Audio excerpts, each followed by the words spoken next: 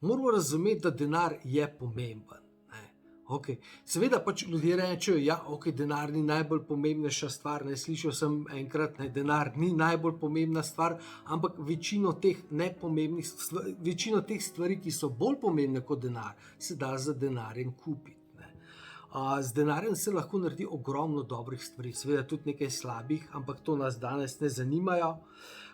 Potem moramo razumeti, da ljudje, ki pravijo, da jih denar ne zanima, prva stvar je, da ti ljudje zagotovo nimajo denarja. Druga stvar je, v bistvu ga ne razumejo. Ogromno njih je strah, čutijo negotovost.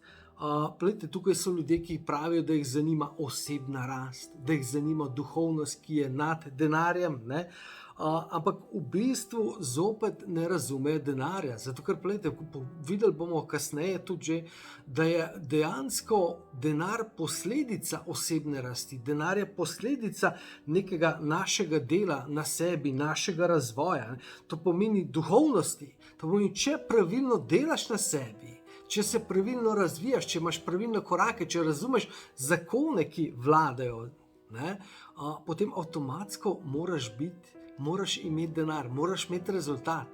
Ker če ne, nekaj delaš narobe. Stvari se morajo pokazati, morajo imeti rezultate. Duhovni ljudje dostikrat mislijo, da so se dvignili nad nivo denarja. Ampak v bistvu to pomeni, da ne razumejo ničesar.